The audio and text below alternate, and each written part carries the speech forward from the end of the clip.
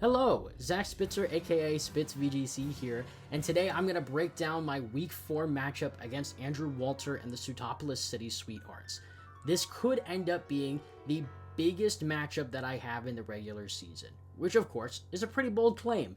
I've gone up against seasoned veterans with multiple day 2s under their belt. I've gone up against players that were basically top 100 in NA this past season. Went up against players that had a top cut as recently as last May. So, what makes this matchup especially big? Well, Andrew Walter is our reigning Hoot Hoot Draft Association champion.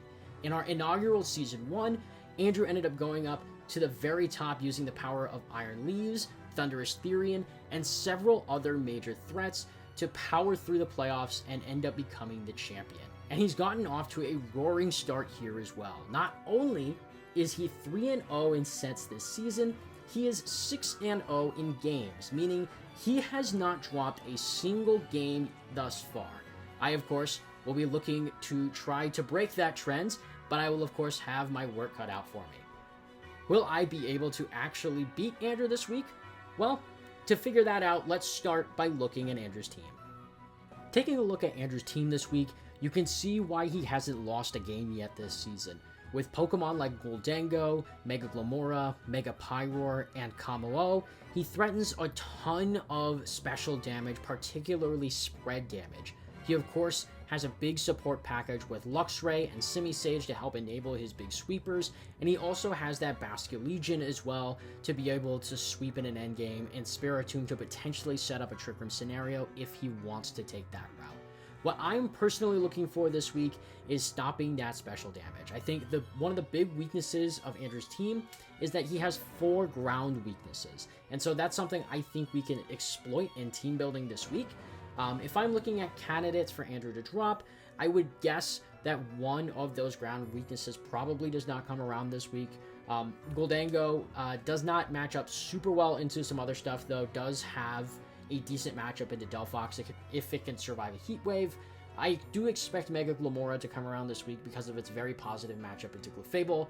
Mega Pyroar doesn't offer too much offensively, but defensively can be difficult for me to remove, and Luxray has the ability to be able to survive ground type damage with attacks like Snarl to lower damage from a potential Scorching Sands, and Intimidate to knock down any type of ground physical damage. So, of those, I expect one of those to potentially be benched this week.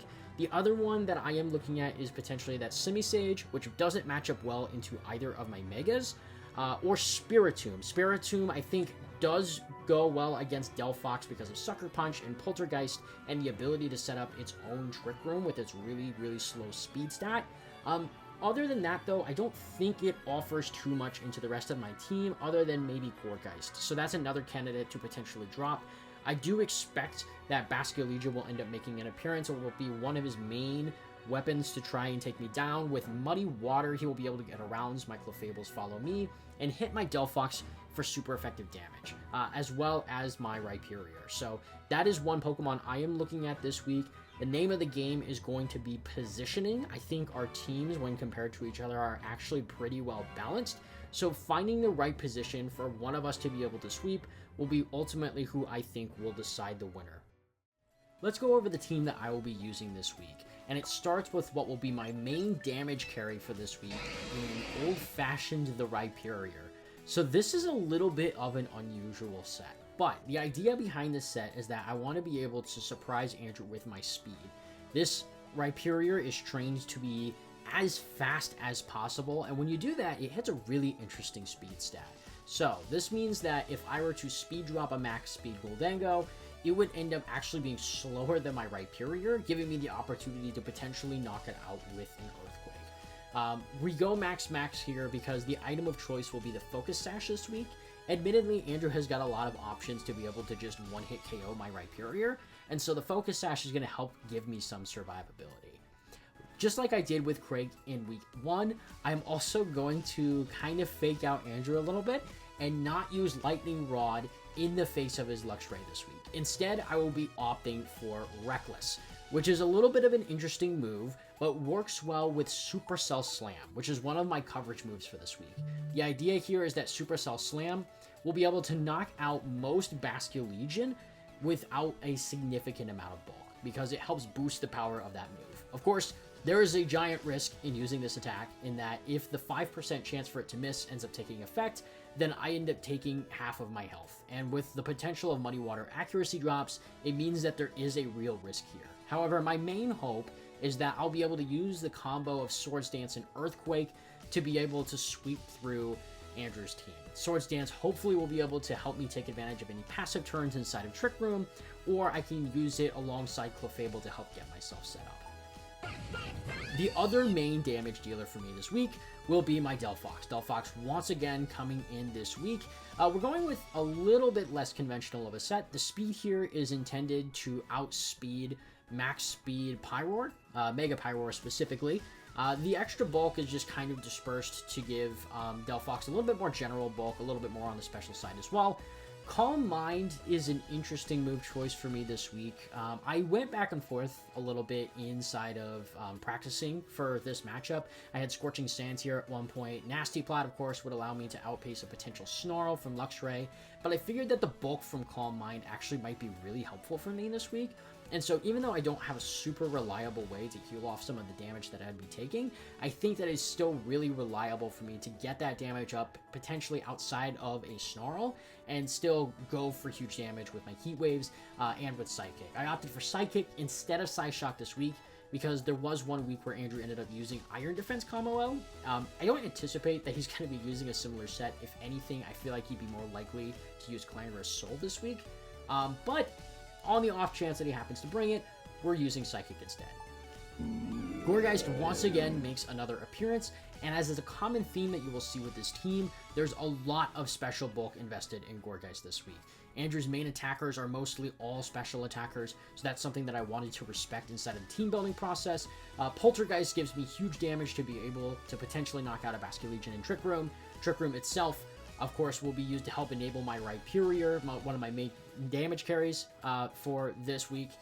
Seed Bomb gives me a little bit more consistent damage. I found that even though Power Whip does give me more damage, Seed Bomb was really good for giving me something consistent, especially inside a Trick Room where it'll be important that I break any potential focus sashes. So Seed Bomb will be the grass type choice for Gourgeist this week. Protect will also help me to scout for any potential moves that Andrew might be going for.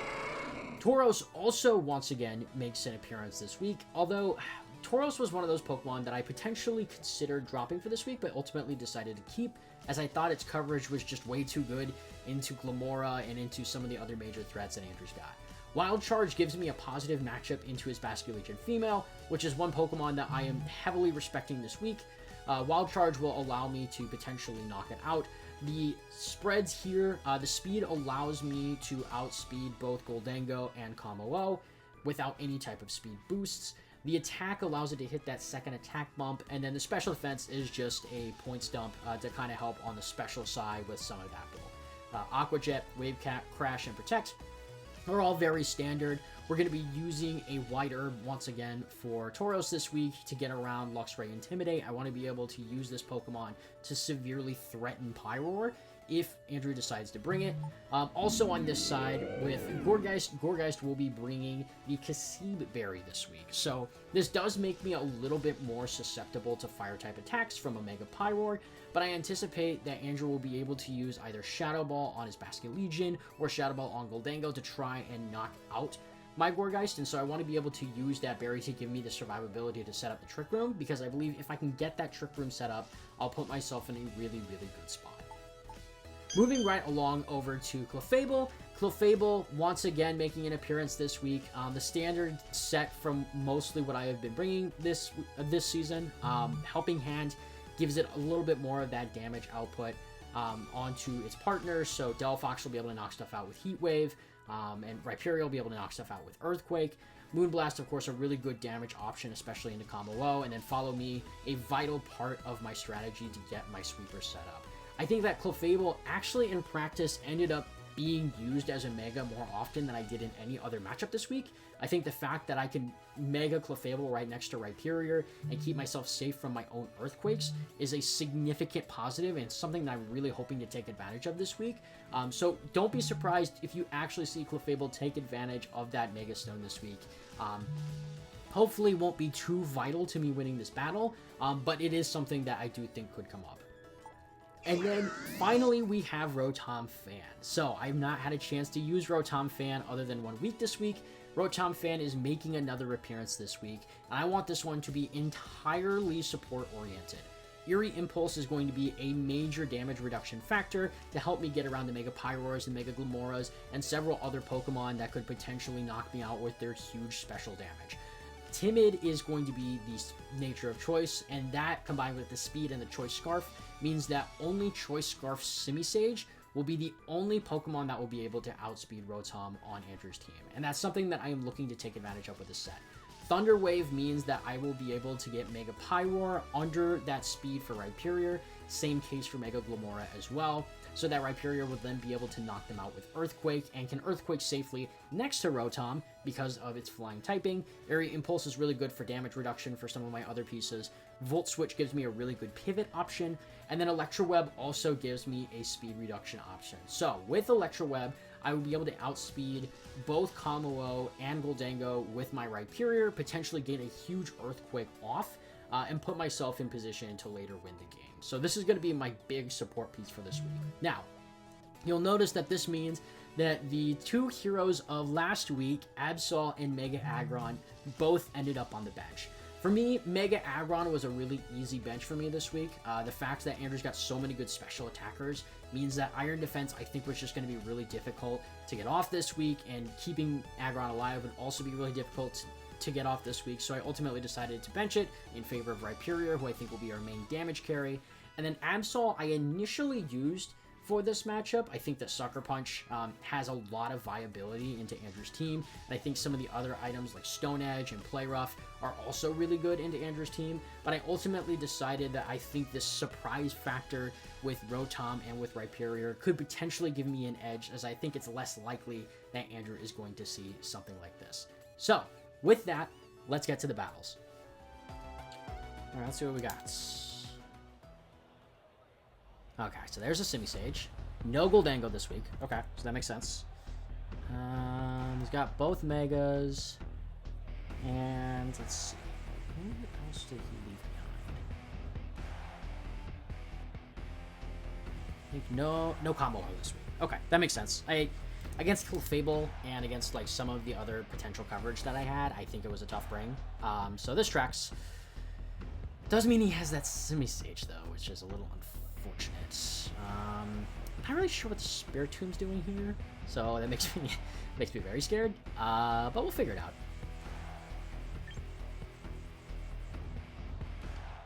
So we had a couple of modes here that we could potentially do. Like 40 seconds. Okay. Shrink it just a little bit.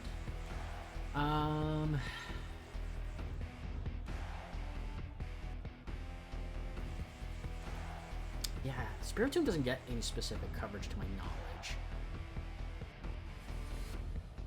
So let's start with the Delphox mode.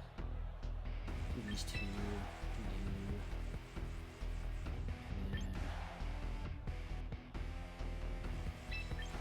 Go with Tauros. I don't want to show Rhyperior just yet, but could potentially come around here. So, all right. See what he's got. Okay, let's try Spiritomb lead. Okay.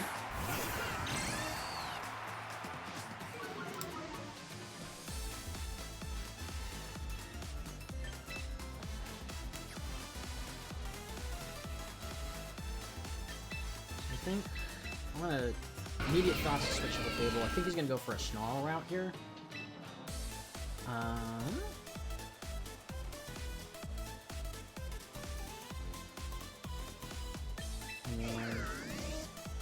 We'll Volt Switch and Spiritomb. He could be trying for a Trick Room angle here. In which case Rhyperior actually would have been a great bring, but that's okay.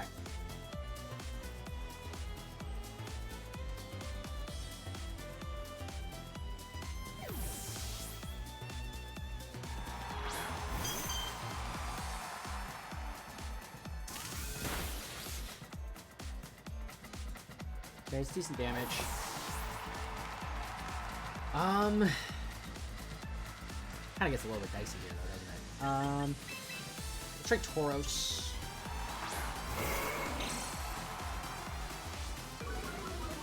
So this does unfortunately mean he knows all the bombs off rip. Volt switch, really good move from Luxray there.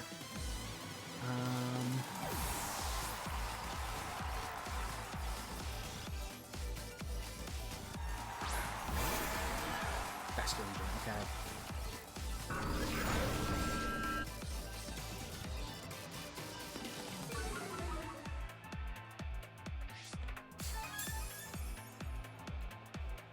So the Volt Switch makes me think that he could potentially be Choice Scarf. It also could just be a pivot move, which I think would make some sense. So there's a couple options here. If I think he's going to switch back into Luxray, I could Helping Hand in Wild Charge here, and I think that would make some sense. Alternatively, I could just go for damage into the Spiritomb, which I'm tempted to do. I don't really know what his main form of damage is here. That would cost me my Tauros, though. So I think I'm gonna... Oh, I didn't get it off in time. Okay. Oh, shoot. Alright, well, here's hoping it picked the right target. I guess we'll find out. So... Okay, perfect. Alright, and that knocks it out. Awesome. Okay. Crit, don't think mattered. Might have, not 100% sure. But that also tells me that the Vascular Legion is not Scarf. So that's good to know.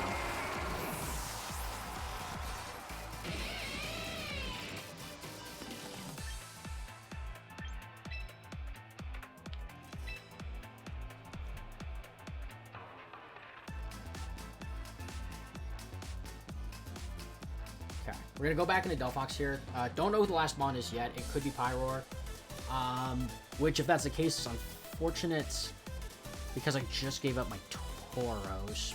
But I have Rotom in the back, so I think it's still workable. We know that Snarl's on Spiritomb. Volt switches on the Luxray.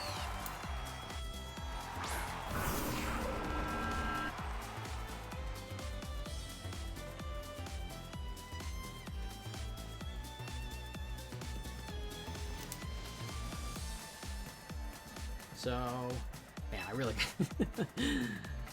man, really got bailed there. So I'm obviously threatening Follow Me, right?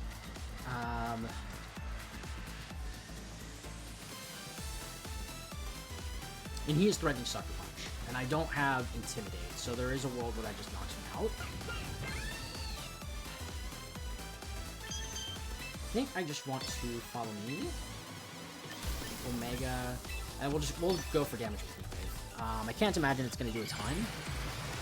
I should really start taking a look at getting my Clefable a little bit more involved here. So this covers for a potential Sucker Punch. Heat Wave Miss into the Spiritomb. Okay damage into the Luxray. Electro Web.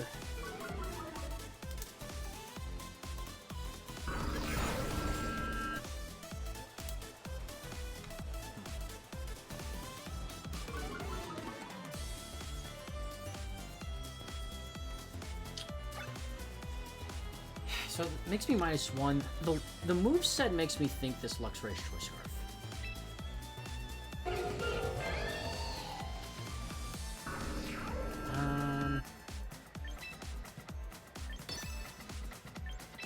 If that's the case...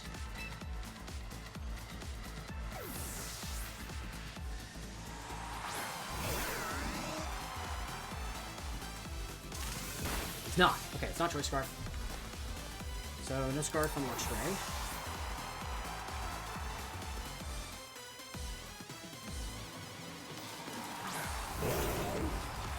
Okay.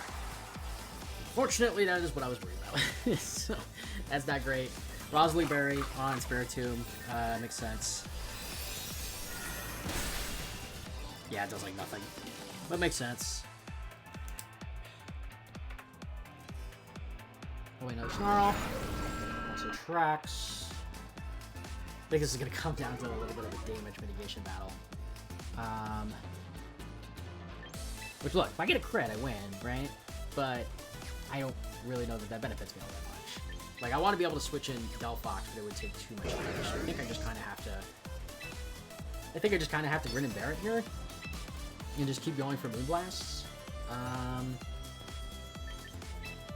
We'll go Eerie Impulse into the Pyroar. This should help reduce some of that damage.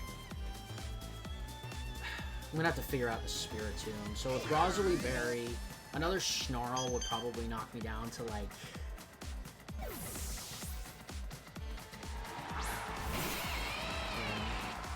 Switch.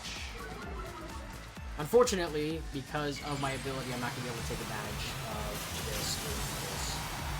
But the name of the game is getting my Delphox in a spot to win here. So that's hopefully what we're going to go for. I don't know if it's going to actually work, admittedly. So I'll have to figure that one out. But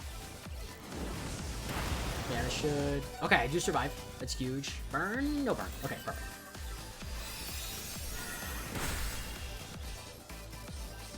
Say probably Citrus. Yeah, okay. Citrus Berry and Luxray. Makes sense.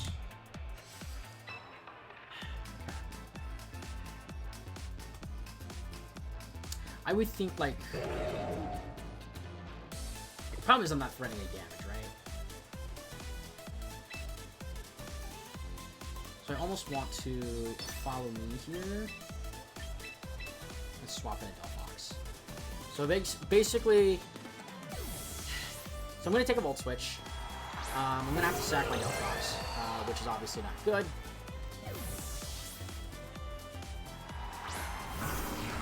I'm wondering if Protect would have been better here, actually. So it would have helped me out against Volt Switch. Yeah, I think that would have been a better play here. Thunderbolt also makes some sense. Okay, so I mean, it might have worked. I might have still been fine.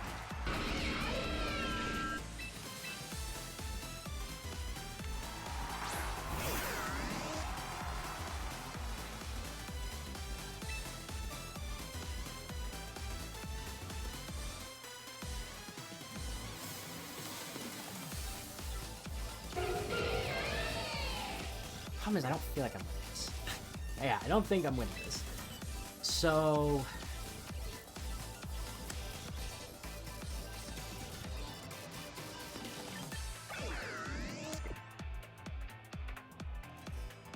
I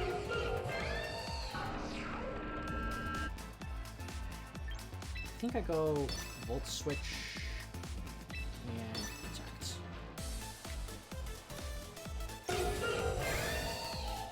He's obviously threatening Electro Web and... okay, so there's the Sucker Punch. Okay. I needed that to do more damage. That's really unfortunate.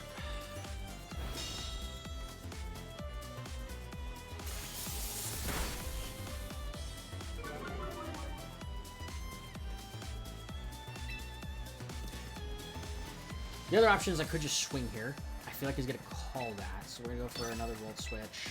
I'm gonna go Calm Mind here. Okay, sweet. So we at least call that out. Calm Mind up on the Delphox. That'll give me damage boost there. I'd love a crit here. Ooh! Ooh, is that a crit? Oh, I needed that. Okay, okay. It still might not matter. I might need an Electro in this. Oh, dang it. Okay, alright. I thought I was getting it for a second. Yeah, that would have been a little bit greedy on my end, but that's okay. Even with that, I'm still probably not winning this, right?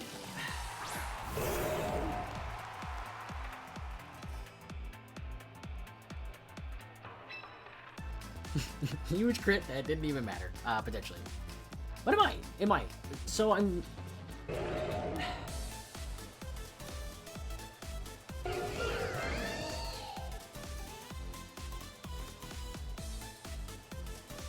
He always Electro Webs with Flux right here, right? So I could protect, potentially go for a Heat Wave miss, and then go. Well, no, I can't. Go to switch. Okay, so given that, I think this is my play. I'm probably losing this anyways. Oh, that's really bad. Yeah, no, that cooks me. Okay, Hyper Beam. Did not know it even learned that, but that tracks. Okay.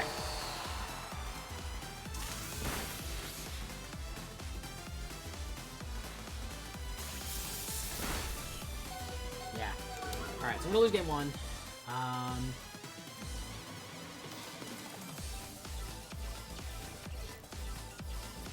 So Rhyperior focus strategy, like, it in theory works, right?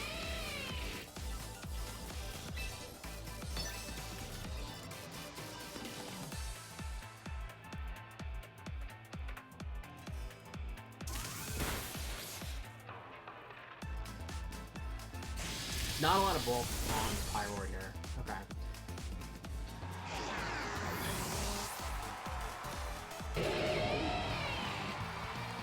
Hyper Beam is a really good tech. I like that tech. Oh, if that had missed, I would have been in such great shape. But I got the Volt Switch crit, so I can't really complain. Okay, all right. I got my work cut out for me here.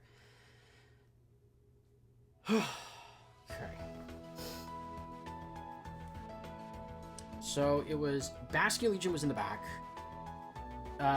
We know it wasn't Scarf. We haven't seen the Scarf yet. I wouldn't be surprised. So one strategy that I was potentially thinking about that he could do here was like Scarf Sunny Day with Simisage to then enable his Pyroar to do like 1 billion damage.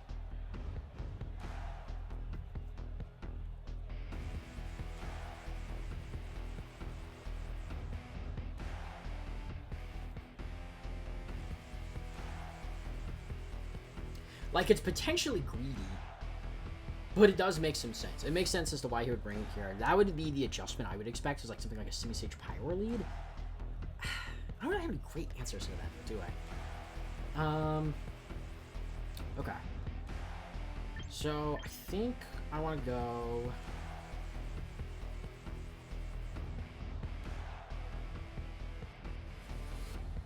I want Gourgeist in the lead. That I know for sure.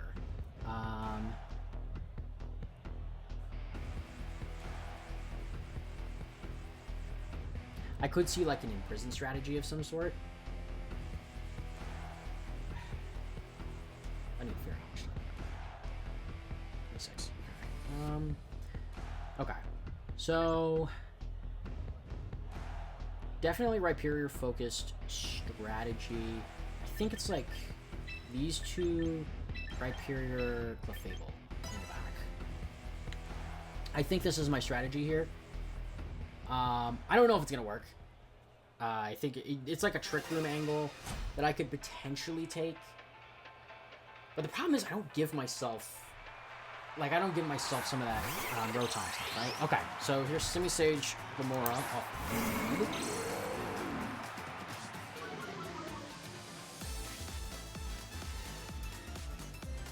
Okay, Focus Sash is what is on the Simisage.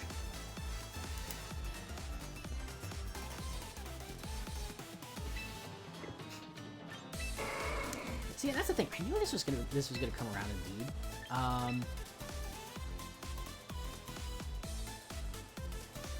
So my obvious answer here is Trick Room. Hope it works. I mean, the other option is I could protect.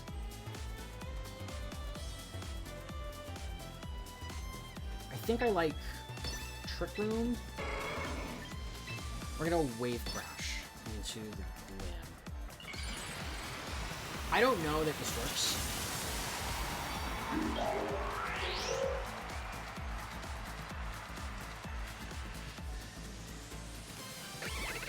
That's not good. I think I'm gonna lose my Gourgeist here in a second.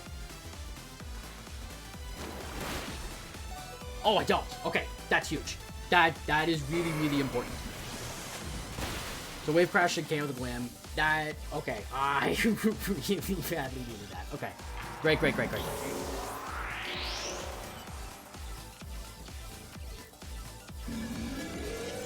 So now Trick Room time. I wouldn't be surprised to see Spiritomb in the back here. To me, that makes some sense. Yeah, okay, so here's the Spiritomb. He's gonna try to reverse the Trick Room, which admittedly, I don't really have a great way to stop him from doing that. I think I'm kind of fine with that, right? The last is probably Basket Legion would be my guess.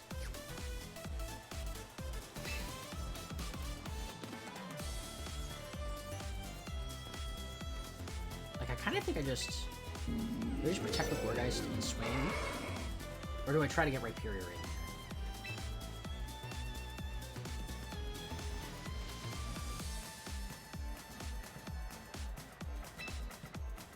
I'm gonna Wave Crash here. And protect the Wargeist. Because I'm expecting like a Sucker Punch from Spiritomb.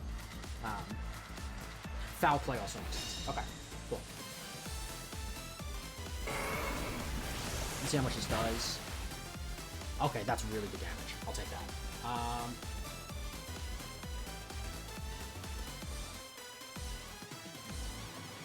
And energy blast. Okay, makes sense.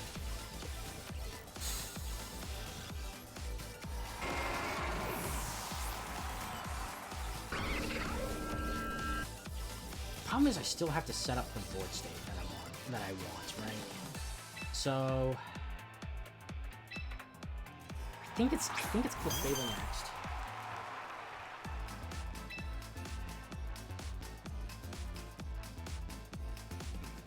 Snarl probably picks up, right? But I don't know that I really care all that much. So we're gonna attack into Simi-Sage. We're gonna Mega. And then we're gonna go for Moonblast into, I think also into the Simi-Sage. I think we wanna prioritize getting a KO on Simi-Sage here. Because I want to enable my Rhyperior as much as I can. The problem is I think that Backmon is... Ooh. Oh. Oh, okay, wrong Mon. Wrong Mon to dodge that. That's okay.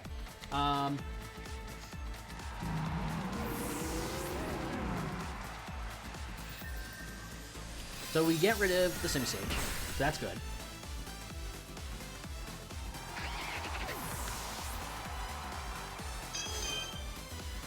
Got 2 turns of Trick Room left. I honestly think I'm kind of okay with any of these switch ends, right?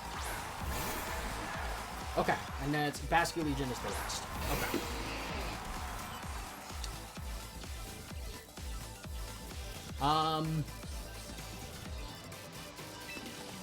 Who's in the mood for some gambling?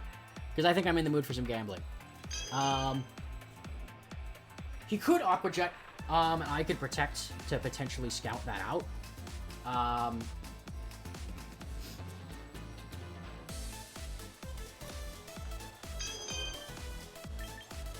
I think my play here is we're gonna go Supercell Slam and Moonblast and say, God, I hope this works.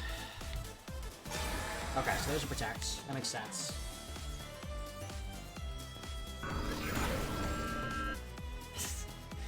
Would you believe me if I said that's good damage into Rhyperior? Wow. Okay. So we're gonna Moonblast.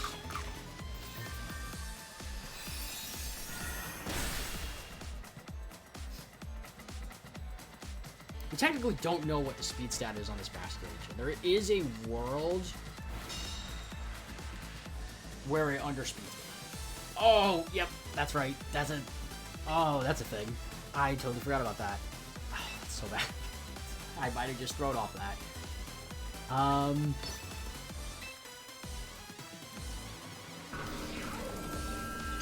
think the play from here is Supercell Slam, and we're going to Moonblast into Basket Legion 2 in case you need. Oh, shoot, it did have Aqua Jet. Oh, I didn't think that one through. I should have thought that one through a little bit more. That's so my bad. Yeah, I think I'm gonna lose based off of that. That's such a bummer.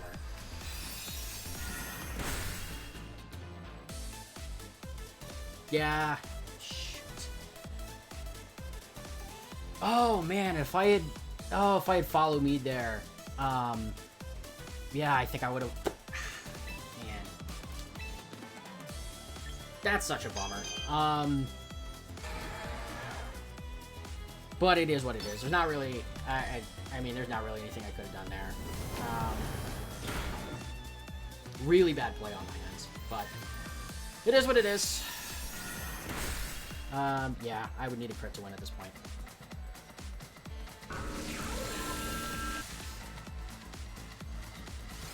Really unfortunate, but that is what it is. Yeah, I should have much better coverage for that. That stinks. But that's okay. We'll have to cover for that one. You mostly find ways to be able to, like, just slow it down, potentially cover for an Aqua Jet, and kind of play it from there. Yeah, so we're gonna lose this one, most likely, unless my Clefable gets the craziest crit I've ever seen in my entire life. And that will end up doing it, I think. So, unfortunate, but that'll put us at 2-2.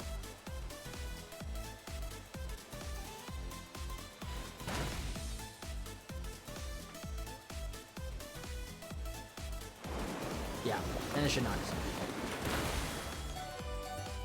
Or not. Boom Blast crit, maybe. Nope, that won't do it. All right. Was worth a try. I think we could potentially stall it out. Not really too much else I could do at this point. I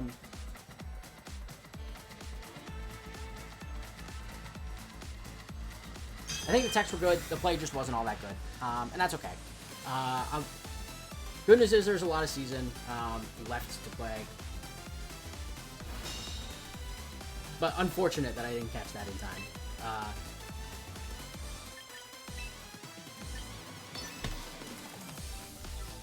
GG's to Andrew. He'll be 4-0. League champ for a reason here. He had some really good techs this week. I think we had the tools to win there. I think we just had to do a better job of playing it out. I think going for that right period build earlier would have been better.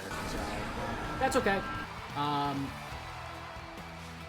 We'll move to 2-2, but we'll just look to bounce back next week.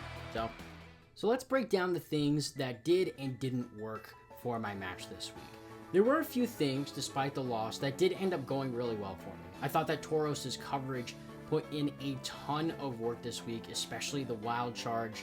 I thought that Wild Charge was really effective in getting rid of that Basket Legion in Game 1. I did have to work on my other plans for that Game 1, but it was at least really effective. And even though I didn't have a fighting type attack for this week, Wave Crash was a really good tool in getting a ton of damage down.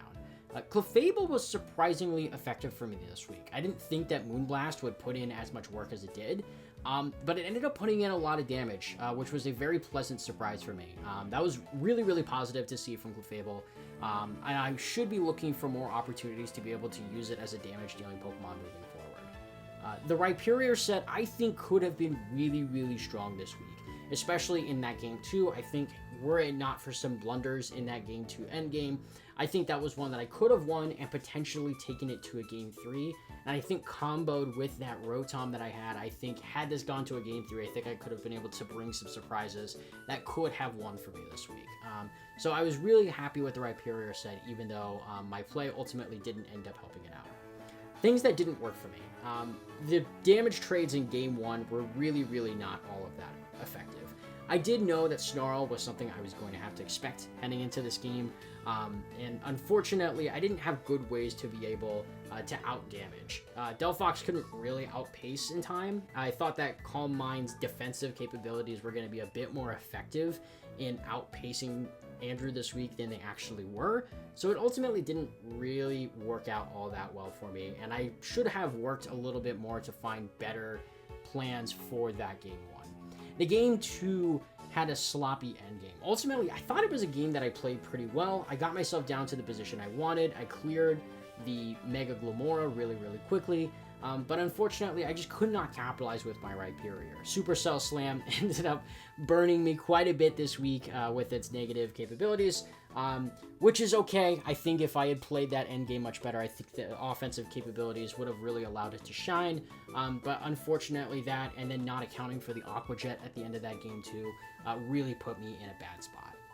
In game one, the Delphox mode was ultimately okay, but again, I didn't end up winning those long-term damage trades. Ultimately, I was able to get snarled down and get put into a position where Luxray and Spiritomb could really put me in a bad spot, and Mega Pyroar could just clean up. Unfortunately, that one is kind of on my team building there. That's one where I have to find better ways to make Delphox more effective as my big damage dealer. In game two, I think that the Rhyperior adjustment was really good. But the end game wasn't very good at all by me. I had two separate blunders in a row. First, the Supercell Slam into the Protect that cost me half of my health, and then not accounting for the Aqua Jet that ended up knocking Rhyperior out at the end.